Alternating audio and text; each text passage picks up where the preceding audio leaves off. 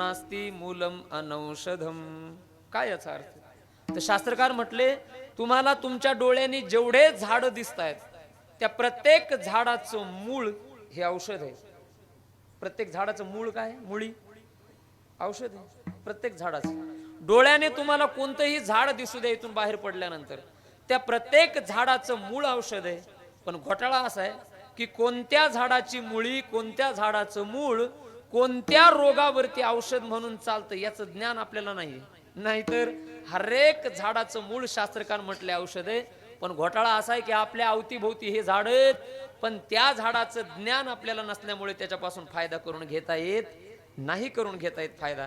पूर्वी लोक बघा, घरामध्ये छोटे छोटे आजार झाले, लेकरं आजारी पडले किंवा माणसं आजारी पडले, डॉक्टरकडे जात नसायचे, गोळ्या खात नसायचे, ज्ञान असायचं त्यांना झाड पाल्याचं, आणि घरच्या घरी औषधं बनवून ती माणसं आजारी पडलेली दुरुस्त व्हायचे पूर्वीच्या कालावधीमध्ये, कारण झाड पाल्याचं ज्ञान त्या लोकांना होतं. आता एवढ्या जवळ झाड आहेत, आपण झाडाच्या कुशीमध्ये राहतो, पण त्या झाडाचं महत्व आपल्याला कळत नाही, म्हणून आपण रोज झाडं कापायला लागलो. कळतंय का महत्व आपल्याला? एवढं टेम्परेचर वाढायला लागले, जागतिक समस्या बनली महाराज हे टेम्परेचर. एवढं टेम्परेचर, एवढं तापमान वाढायला लागले, दरवर्षी उन्हाळा भयंकर स्वरूपाचा वाढतोय. पण आपण शेतकरी माणसं तरी त्या झाडाचं महत्व आपल्याला कळेना. रोज आपण कितीतरी झाडं कापतोय महाराज, कितीतरी, नाही का, कितीतरी झाडं कापली जातात.